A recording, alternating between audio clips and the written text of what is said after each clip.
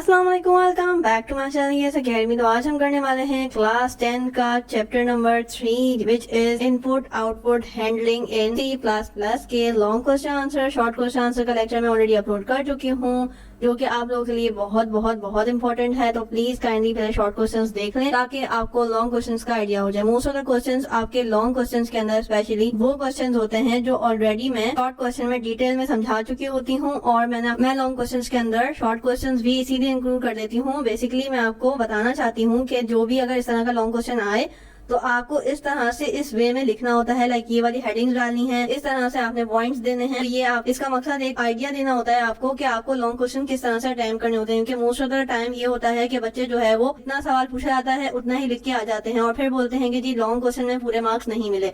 Short question में तो already आप 3 नंबर के सवाल में 5 लाइनें लिखते हो तो वो ऑटोमेटिकली सही लिखी हुई होती है तो आपको पूरे मार्क्स मिल जाते हैं। लेकिन लॉन्ग क्वेश्चन में बहुत ज्यादा चांसेस होते हैं कि आपके नंबर जो है वो डिटेक्ट कर लिए जाएं। तो इसलिए मैंने अपनी तरफ से कोशिश की है कि आप लोगों के लिए आसानी करूं और आप लोगों को वे ऑफ पैटर्न भी बता दिया जाए कि किस तरह से आपने लॉन्ग क्वेश्चंस को अटेम्प्ट करना होता है। दैट्स व्हाई मैं जो रिपीटेड चीजें आ रही होती हैं वो मैं आपको यहाँ पे मेंशन जरूर कर देती हूँ, लेकिन डिटेल में समझा चुकी होती हूँ तो वो मैं यहाँ पे डिस्कस नहीं करती हूँ कि इस तरह से क्लास काफी ज्यादा लंबी हो जाएगी। तो चलते हैं आज लॉन्ग क्वेश्चन स्टार्ट करते हैं। Question number 1, basic structure of program C++। ठीक है, तो आपने बेसिक स्ट्रक्चर बताना है बेसिकली C++ का कि ये क्या है। बेसिकली एक स्पेसिफिक और पार्टिकुलर वे है जिसके अंदर आप program is divided into following 3 basic structure. 3 main जो है बेसिक स्ट्रक्चर के पॉइंट्स हैं, क्या है, preprocessor, directives, function, header और बॉडी प्रोग्राम। ये सारी चीजें मैंने ऑलरेडी आपको डिटेल में शॉर्ट क्वेश्चन में बताई थी। आप लोगों को बहुत सारे क्वेश्चंस लॉन्ग के अंदर इस तरह से मिलेंगे, आप लोग शॉर्ट क्वेश्चन में ऑलरेडी समझ के आ चुके होंगे या आपने शॉर्ट क्वेश्चन में देखे होंगे। लाइक इस तरह से आपने देखा था, इसको अगर हम इस तरह से देखें ये तो प्री प्रोसेसर डायरेक्टिव्स के अंदर मैंने आपको बताया था कि ये क्या होते हैं। अब यहाँ पे जो मैंने लॉन्ग में way of attempting long questions बताया है वो क्या बताया है, आप देख रहे हैं कि मैंने स्टेप वाइज बताया है। पहले आपको यहाँ पे बता दिया मैंने कि ये बेसिक आपने डेफिनेशन देनी है, उसके पार्ट्स मेन पार्ट्स बताने हैं और उसके बाद उनके जो मेन पार्ट्स हैं उनके जो सब पार्ट्स हैं उनके बारे में बताना है। ठीक है, तो इसी तरह से आपको लॉन्ग क्वेश्चन में पूरे मार्क्स मिल जाएंगे अगर एग्जैक्ट यही क्वेश्चन होगा तो। ठीक है, तो जो भी पॉसिबिलिटीज होती हैं वो हम आपके साथ शेयर कर देते हैं। बाकी जो बोर्ड का एग्जाम एग्जैक्टली होता है वो तो हम में से किसी को भी मालूम नहीं होता है, बट अपने एक्सपीरियंस की वजह से हम थोड़ी सी जो पॉसिबिलिटीज हो रही होती हैं तो हम उसे आपके साथ शेयर कर देते हैं। तो यहाँ पे आपने क्या बताना है, प्री प्रोसेसर डायरेक्टिव्स के बारे में बताना है। देन आपने बताना है हैश इंक्लूड क्या होता है।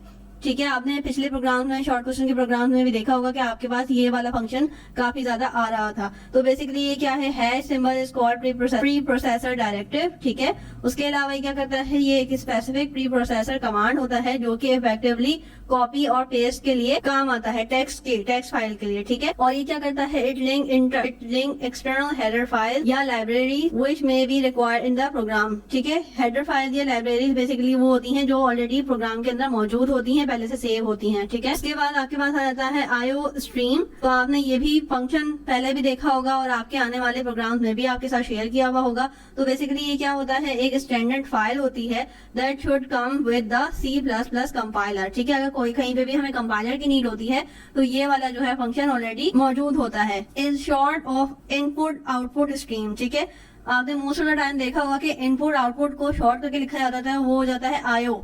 ठीक है, आईओ डिवाइसेस, आईओ स्ट्रीम्स। तो ये इस तरह से इनपुट आउटपुट के लिए यूज हो रहा होता है। बाकी क्या है, this command contain code for displaying. ये कमांड क्या करती है, डिस्प्ले करती है and getting input from the user. और यही कमांड क्या करती है, यूजर से इनपुट लेती है, यानी कि इनिशियल वैल्यू। समटाइम्स ऐसा प्रोग्राम होता है जिसमें हमें इनिशियल वैल्यू खुद से देनी होती है, तो ये हमसे आस्क करता है, हमसे पूछता है, रिक्वायर करता है। तीसरा हमारे पास आ जाता है names space STD which is prefix that is applied to all names in certain set. ठीक है, ये एक प्रीफिक्स है जो कि अप्लाई होता है हर नाम के ऊपर एक सर्टेन सेट के अंदर। This instruction tells the compiler to use standard name space. ठीक है, ये क्या करता है कि ये एक इंस्ट्रक्शन है एक तरह से जो कि कंपाइलर को बताता है कि एक तरीके से नाम का मतलब फासला रखना है, यानी कि कहाँ पे गैप देना है, कहाँ पे नहीं स्पेस छोड़नी। ठीक है, it is a collection of identifiers. ये एक कलेक्शन है आइडेंटिफायर्स की। It is use for variables, जहाँ पे भी वेरिएबल्स होते हैं वहाँ ये यूज होता है। फंक्शन जहाँ यूज होते हैं वहाँ ये यूज होता है।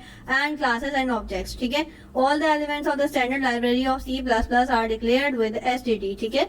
जहाँ पे भी स्टैंडर्ड का वर्ड यूज करना होता है तो हम क्या करते हैं, STD का वर्ड यूज करते हैं। मेन फंक्शन हेडर, अब आपको ये चीजें समझ आ रही होंगी कि जहाँ पे भी इंक्लूड लिखा हुआ है वो किस लिए लिखा हुआ है, IO स्ट्रीम लिखा हुआ है तो वो किस लिए लिखा हुआ है। तो अब आपको ये प्रोग्रामिंग भी ऐसा ऐसा होपफुली समझ आती जा रही होगी। मैंने कोशिश की है कि आपको बिट्स एंड पीसेस में चीजें समझाने की कोशिश की है कि आप लोगों को ये चीजें समझ आए, क्योंकि ऑब्वियसली ग्रेड 10 के लिए C++ एक नई चीज है और उतनी ही इम्पोर्टेंट भी है आपके एग्जाम के लिए। तो इसलिए कोशिश की है कि आप लोगों को डिटेल से समझाया जाए, हर चीज खोल खोल के आपको बताई जाए, क्योंकि आपकी बेस अच्छी नहीं बनी हुई होगी तो आपको आगे जाके बहुत मुश्किल होने वाली है। नेक्स्ट हमारे पास आ गया मेन फंक्शन हेडर। आपको जहाँ पे मैंने आपको बताया था कि मेन फंक्शन या वॉइड मेन की तरह से आपका ये शॉर्ट फॉर्म यूज हो रही होती है प्रोग्राम्स के अंदर। आप आगे भी आने वाले प्रोग्राम्स में देखेंगे जिसको कहा जा रहा होता है इंट मेन, ठीक है। The starting point of all programmes, ये क्या होता है, स्टार्टिंग पॉइंट होता है हर प्रोग्राम बनाने में। आपने सबसे पहले मेन का फंक्शन बताना होता है, ठीक है। आपको इस तरह से ये लिखा हुआ दिखेगा प्रोग्राम में, this function is called operating system, ठीक है। ये क्या होता है, बेसिकली ऑपरेटिंग सिस्टम के फंक्शन से मतलब चल रहा होता है। When your program is executed by the computer, जब आपका प्रोग्राम जो है वो एग्जीक्यूट हो रहा होता है कंप्यूटर से, तो इसको क्या कहा जाता है, इस फंक्शन को जो कि ऑपरेट हो रहा होता है ऑपरेटिंग सिस्टम के थ्रू, ठीक है। और इंट मेन फंक्शन रीवैल्यू 0, ठीक। Int main void is use for extension, ये क्या है, मेन वॉइड अगर हमारे पास लिखा हो तो ये एक एक्सटेंशन है C++ प्रोग्राम की। और वॉइड मेन वॉइड जो है वो नथिंग इन रिटर्न, यानी कि ये री वैल्यू नहीं करता, मतलब रिटर्न नहीं करता कोई भी वैल्यू, ठीक है। ये दो चीजें हैं, एक इंट मेन वॉइड है जो कि एक्सटेंशन है C++ की, और वॉइड मेन वॉइड है जो कि रिटर्न वैल्यू नहीं करता, ठीक है। तो ये दो चीजें आपको और इसमें समझ आ गई। ब्रैकेट ओपन क्या है, बेसिकली मैंने आपको प्रोग्राम में भी बताया था शॉर्ट क्वेश्चन के लेक्चर में। It signifies start of block of the code, यानी कि हम यहाँ पे अगर ये स्टार्ट करते हैं तो बेसिकली हम अपना प्रोग्राम जो है वो यहाँ से स्टार्ट कर रहे हैं, अपनी कमांड यहाँ से स्टार्ट कर रहे हैं। Indicate the beginning of the main function, ठीक है। ये मेन फंक्शन का स्टार्ट होता है। It is also known as operating curly braces, ठीक है। ये हमारे पास क्लोज का ब्रैकेट है तो ऑब्वियसली क्या कर रहा होगा कि ये क्लोजिंग कर्ली ब्रेसेस होगा, ठीक है। वर्ड बाय वर्ड मैंने आपको यहाँ पे लिख के शेयर कर दिया है, बिकॉज मैंने लेक्चर 1 में ही बताया था आप लोगों को कि कंप्यूटर साइंस या कोई भी लैंग्वेज पढ़ने के लिए आपको स्पेसिफिक वर्डिंग की नीड होती है, स्पेसिफिक टर्म्स की नीड होती है। तो आप लोगों को इन ही वर्डिंग्स का इस्तेमाल करना लाजमी है। बॉडी ऑफ प्रोग्राम या फंक्शन बेसिकली किस चीज को कहते हैं, function is enclosed between the curly brace, जो कि मैंने आपको ऑलरेडी बता दिया है कि इस तरह से लिखा जाता है। ओपनिंग और क्लोजिंग के दरमियान जो भी चीज लिखी जाएगी वो क्या कहलाएगा, फंक्शन। अब नंबर 1 पे आ जाता है स्टेटमेंट। इसकी क्या है, ये क्या है स्टेटमेंट। स्टेटमेंट क्या होती है, instruction that perform a particular task. कोई भी पार्टिकुलर टास्क जो है अगर आपने परफॉर्म करवाना है तो बेसिकली क्या होती है, वो स्टेटमेंट होती है। स्टेटमेंट ट्रांसमीटर हमने देखा था शॉर्ट क्वेश्चन में कि ये किस लिए यूज होता है, स्टेटमेंट ट्रांसमीटर के लिए यूज होता है। दैट मीन्स के स्टेटमेंट आपकी यहाँ पे खत्म हो गई, एंड हो गई। नेक्स्ट हमारे पास क्या है, count. The name count is shortly character output. ये क्या होता है, कैरेक्टर का आउटपुट होता है। Display whatever it is between, जो भी आपका जो है इसके दरमियान होगा वो आपको डिस्प्ले किया जाएगा, ठीक है। काउंट का फंक्शन था, ठीक है। अब ये आगे हमारे पास symbol such as less than greater than can also behave like a function, ठीक है। ये भी जो है हमारे पास फंक्शन के तौर पे यूज होते हैं। अब आपने यहाँ पे count less than greater then का फंक्शन आपने यूज करना होता है। पाकिस्तान जिंदाबाद आपने इसके ब्रैकेट के अंदर लिख दिया। अभी आपको आउटपुट में क्या शो कराएगा, पाकिस्तान जिंदाबाद इन्वर्टेड कॉमास में, ठीक है। अगर आप यहाँ इन्वर्टेड कॉमा नहीं लगाएंगे तो इन्वर्टेड कॉमा के बगैर शो करेगा, अदरवाइज अगर आपने लगाए हैं तो वो आपको इन्वर्टेड कॉमास में ही शो करेगा, ठीक है। तो अगर आपने कोई भी कमांड इस तरह से लिखी तो आपने क्या सीखा, काउंट, ये फंक्शन लगाना है, ब्रैकेट ऑन करना है, कोटेशन मार्क्स डालने हैं, देन आपने जो भी इसमें आप लिखेंगे XYZ वो आपको क्या करेगा, प्रिंट करके देगा, आपकी स्क्रीन पे डिस्प्ले करेगा। द रिटर्न क्या होता है, basically the return is a keyword telling the program to return a value to the function int main, यानी कि क्या करेगा, री वैल्यू करेगा, यानी कि रिटर्न करेगा वैल्यू। कहाँ करेगा, किस फंक्शन में, मेन फंक्शन में। After the return statement execution control return the operating system component that launch the program, ठीक है। the return value is exit code of a program। return value क्या होता है, exit कोड होता है programme का by default. लेकिन अगर आपने उस पर कोई और चीज लाइक इस फंक्शन को आपने थोड़ा सा अपने हिसाब से कस्टमाइज किया हुआ है तो आपको वो वही फंक्शन परफॉर्म करके देखा जो आपने उसको फिक्स करके दिया है, जो आपने उसको सेव करा है, ठीक है। इन C++ return in int data, int is integer data type value of the operating system, ठीक है। ये बाय डिफॉल्ट क्या करता है, इंटीजर डाटा का जो भी वैल्यू होती है वो रिटर्न करता है बाय डिफॉल्ट, ठीक है। अगर आपने इसको कुछ और फंक्शन सेव करना है, कुछ और फंक्शन बनाना है, कस्टमाइज करना है, तो वो आपको खुद से करना पड़ता है, जो कि एज अ बिगनर आपके लिए बिल्कुल भी पॉसिबल नहीं है, ठीक है। ये एक शॉर्ट तरीके से आपके पास स्ट्रक्चर आ गया कि नंबर 1 पे आपने क्या करना होता है, मेन फंक्शन बनाना होता है।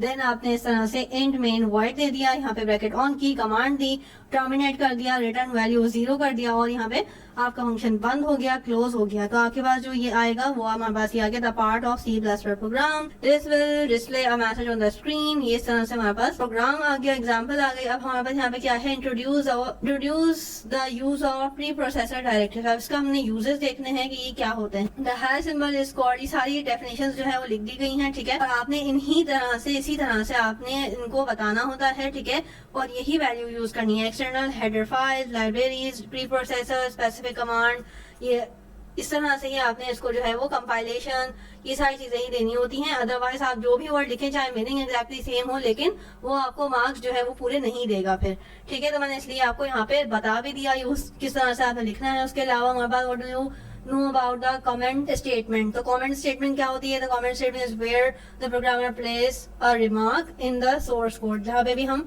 सोर्स कोड में रिमार्क मेंशन करते हैं उसे क्या कहते हैं, कमेंट कहते हैं। The content of the comment is ignore by the compiler, compiler उसको इग्नोर कर देता है। These statement do not execute, क्योंकि वो एग्जीक्यूट नहीं हो पाती थ्रू द कमेंट्स।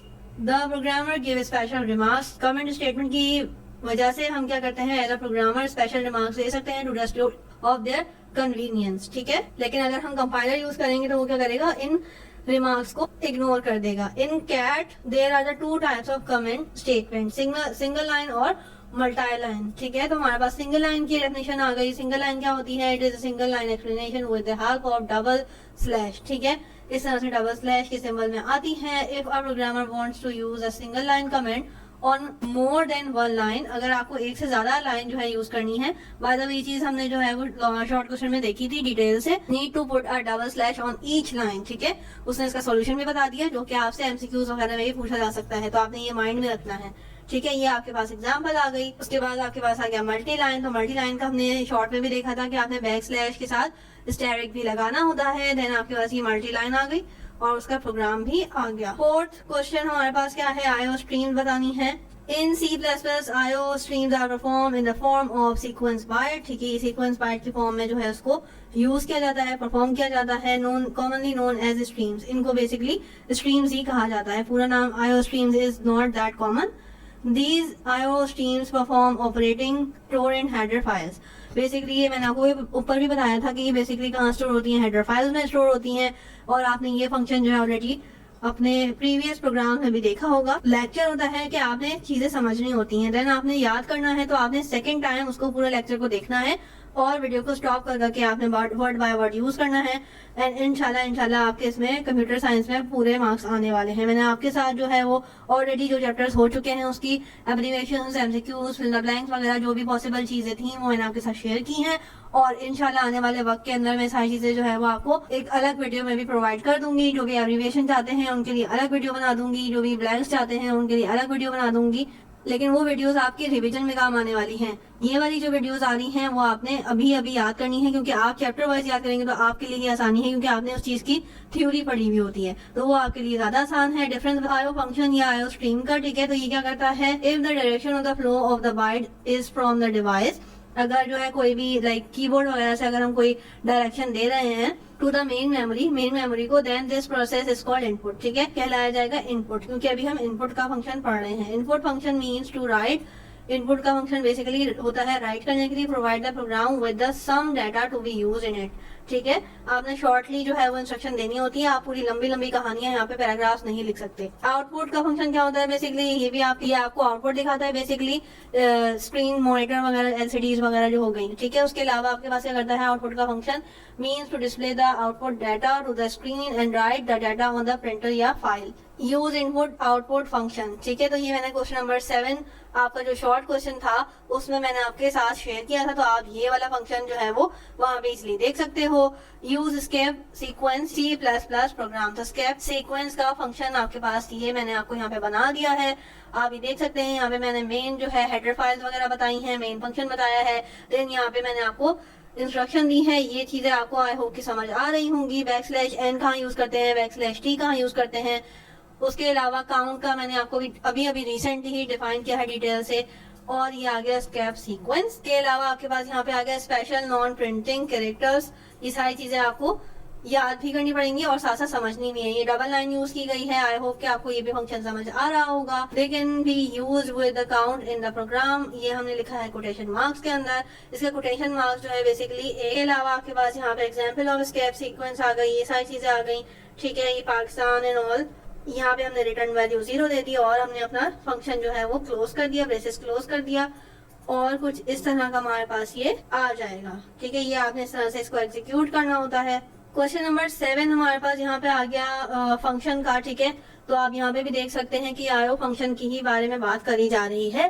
तो ये आपके पास आ गया आउटपुट फंक्शन, जिसमें आपके पास नंबर 1 पे आ गया काउंट स्टेटमेंट। क्या करता है, स्टैंडर्ड फॉर कैरेक्टर आउटपुट। ये जो है वो कैरेक्टर आउटपुट की शॉर्ट फॉर्म है। Here C means character and out means output, ठीक है। Count is a predefined object in C, ठीक है। ये प्री डिफाइंड होता है सी लैंग्वेज के अंदर। It is used to produce output on the standard output device. ये जो है बेसिकली आउटपुट प्रोड्यूस करता है स्टैंडर्ड आउटपुट डिवाइस के अंदर, which is usually the display on the monitor, या फिर स्क्रीन ही मोस्टली आपकी जो है वो आउटपुट डिवाइस के तौर पे काम कर रही होती है। The data needed to be display on the screen. यहाँ पे जो है हमारे पास डाटा कहाँ शो होता है, स्क्रीन के ऊपर। Is inserted in the standard out using the insertion. ये हमारे पास इस तरह का ऑपरेटर लग जाता है, तो यहाँ पे हमारे पास इंसर्शन का भी फंक्शन आ जाता है। और इसका सिंटैक्स हम ऑलरेडी देख भी चुके हैं। इस तरह से ये लिखा जाता है, वेरिएबल या काउंट के साथ आप ये वाला भी यूज कर सकते हैं। फॉर एग्जाम्पल हमारे पास एग्जाम्पल में आगे माई फर्स्ट प्रोग्राम, या आपके पास हमारे पास क्या डिस्प्ले होगा, माई फर्स्ट प्रोग्राम जो है वो आपके पास कोटेशन मार्क्स में डिस्प्ले होगा। दूसरा आपके पास है put. It is use to print. यहाँ पे हमारे पास प्रिंट के लिए ये यूज होता है। String to the output stream. The new line is automatically inserted. यहाँ पे हमारे पास क्या होता है, न्यू लाइन जो है ऑटोमेटिकली इंसर्टेड हो जाती है। This is defined in CSTDIO header file. This file must be included at the beginning of the program. और इसका सिंटैक्स इस तरह से लिखा जाता है और इसकी एग्जाम्पल हमारे पास ये आ गई। के बाद हमारे पास यहाँ पे आ गया इनपुट फंक्शंस, जो कि है cin statement, predefined object that read data from the keyboard with extraction operator, ठीक है। ये कहाँ से मतलब किस तरह से यूज होता है, extraction operator which is this one. और ये बेसिकली सिन क्या है, प्रीडिफाइंड ऑब्जेक्ट है। It allow to accept data from the standard input device. ये क्या करता है, हमें अलाउ करता है कंप्यूटर को, प्रोग्राम को, कि जो कि एक स्टैंडर्ड डिवाइस जो कि बेसिकली कीबोर्ड ही है, तो उससे वो हम डाटा जो भी दें वो एक्सेप्ट कर ले। और इसका सिंटैक्स इस तरह से लिखा जाता है, इस तरह से लिखा जाता है। और इसका एग्जाम्पल मैंने यहाँ पे बना दी है आपके लिए। उसके अलावा गेट ch, ये क्या है, ये भी प्री डिफाइंड फंक्शन है। ये क्या करता है, it is defined in conio.h के अंदर जो है वो डिफाइन हुआ होता है console input output header file, ठीक है। conio.h की जो फुल फॉर्म है वो क्या है, कंसोल इनपुट आउटपुट डिवाइस, ठीक है, sorry header file. It stands for get characters, ठीक है। गेट ch जो है बेसिकली शॉर्ट फॉर्म है गेट कैरेक्टर्स की।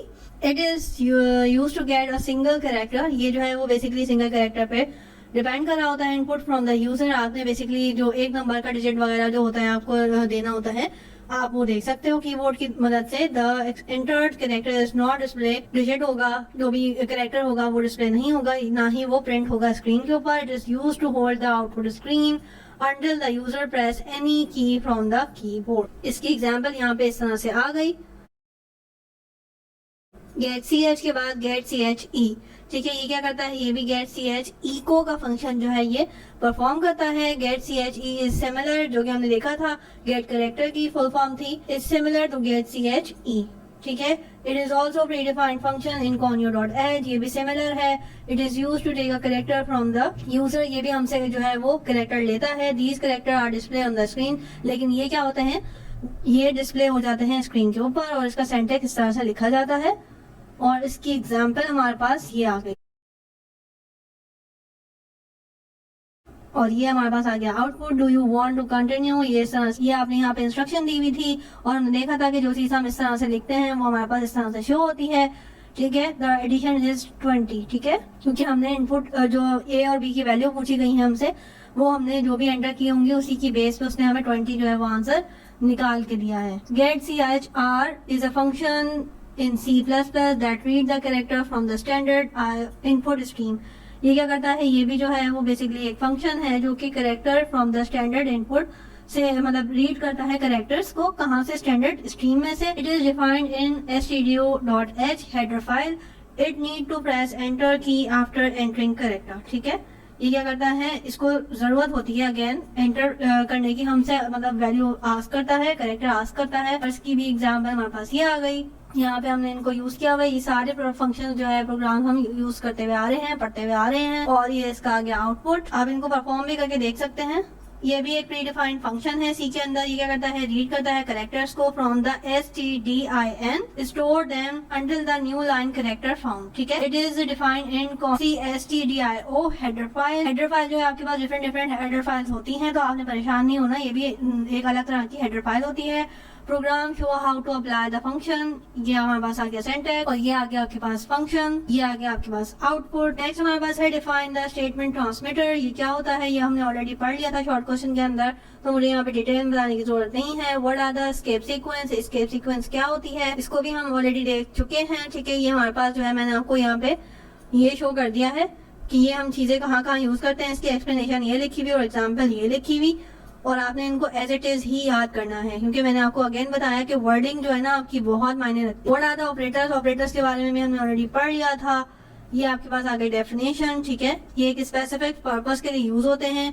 इस तरह से इसकी एग्जाम्पल आ गई। X and Y are the operand, ये हमने ऑलरेडी शॉर्ट क्वेश्चन में डिटेल में देखा था जब हम पढ़ रहे थे लॉजिकल और बुलियन ऑपरेटर्स। तो हमने देखा था कि वेरिएबल्स क्या होता है, ऑपरेंड क्या होते हैं, लेफ्ट ऑपरेंड, राइट ऑपरेंड, हमने बहुत अच्छे से देखा था। टाइप्स ऑफ ऑपरेटर आ गई है, ये ऑलरेडी मैं बहुत डिटेल में समझा चुकी हूँ लास्ट क्लास के अंदर, तो काइंडली पहले वो देख लें ताकि आपको ये वाला लॉन्ग अच्छे से क्लियर हो जाए। ये सारी चीजें हमने ऑलरेडी बहुत डिटेल में देखी, तो ये सारी चीजें आपने इस तरीके से लिखनी है। यहाँ पे मैंने आपको तरीका बताया है कि आप यहाँ पे सिंबल शो कर सकते हो, इस तरह से ये पॉइंट बना के लिख सकते हो और एग्जाम्पल शो कर सकते हो, तो आपको इतना इनफ होता है। आप बहुत डिटेल में नहीं लिख सकते, आप बहुत डिटेल में लिखोगे तो आपका ही टाइम वेस्ट होगा। आपने मेन बात बता दी कि यहाँ पे आपका इसको सिंबल बता दिया, देन इसकी मेन जो है वो जो भी फंक्शन वगैरह परफॉर्म करता है वो बता दिया, और उसकी एग्जाम्पल बता दी। सिमिलरली ये भी आपने इसके साथ ऐसे ही किया है।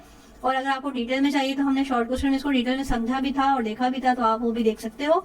लेकिन क्योंकि ये लॉन्ग क्वेश्चन है, ऑलरेडी ये लेंथी क्वेश्चन होते हैं, तो आपको बहुत ज्यादा डिटेल में लिखने की नीड नहीं होती, लेकिन काम की बात भी आप इसको इग्नोर नहीं कर सकते। तो ये भी हमने देखा था, रिमाइंडर, मॉड्यूलस वगैरह। ठीक है, अगेन मैंने फिर यही बात कहूंगी कि मैंने जो है शॉर्ट क्वेश्चन में जो टॉपिक समझाए हुए होते हैं डिटेल में, वो मैं आपको लॉन्ग क्वेश्चन में जो रिपीटेड होते हैं वो आपको डिटेल में नहीं बताती। ये टॉपिक्स लॉन्ग के लिए भी इंपॉर्टेंट होते हैं, इसीलिए मैं आपको यहाँ पे मेंशन जरूर कर देती हूँ। ठीक है, ये इंक्रीमेंट ऑपरेटर वगैरह हमने देखा था, इसकी एग्जांपल आपके पास यहाँ आ गई। इसकी हमने आउटपुट वगैरह की भी डिस्प्ले हमने देखा था। ठीक है, ये सारे शॉर्ट क्वेश्चन के ही टॉपिक्स हैं जो कि शॉर्ट क्वेश्चन में भी इंपॉर्टेंट हैं और लॉन्ग क्वेश्चन के लिए भी बहुत ही ज्यादा इंपॉर्टेंट है। ठीक है, ये टेबल हमने देखा था, आई होप कि आपको ये इजीली समझ आया होगा। ठीक है, और आपने इसी तरह से लिखेंगे तो आपको बहुत ज्यादा अच्छे मार्क्स मिलेंगे, वरना आप इसको पॉइंट में भी कर सकते हो। लाइक इसके 4 पॉइंट बना लेना, ऑपरेंड बताना, पहले ये इस तरह से सिंबल बता देना, देन आपने उसकी मीनिंग की हेडिंग डालनी है, मीनिंग बताने हैं, देन आपने इसका पर्पस की हेडिंग डालनी है, पर्पस बताना है, देन एक्सप्रेशन की हेडिंग डालनी है, देन एक्सप्रेशन लिखना है। तो आप इसको 4 पॉइंट में भी डिवाइड कर सकते हो अगर आपके पास इतनी स्पेस ना हो